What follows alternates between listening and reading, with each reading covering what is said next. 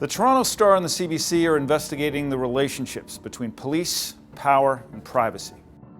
In October and November, Abacus Data conducted polling on behalf of the two news organizations, asking Canadians what they think about police calls for greater digital investigative powers. Here are some of the most important findings from the poll. As a starting point, about half of the country believes there is a right, complete right to digital privacy.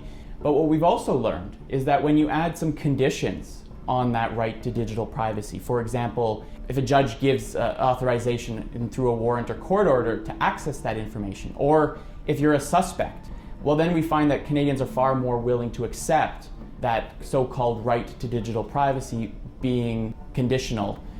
I think this was an interesting finding. In fact, 50% of Canadians we interviewed agreed that police should have the ability to compel a suspect or someone involved in an investigation to hand over their passcodes or encryption codes to their device. And when we, again, introduced the concept of what if a judge authorized a court order or a warrant, that support grows even larger, which I think was an interesting finding. I didn't expect it to be such a large group. And what we did find were men were a little more resistant, women were more open to it.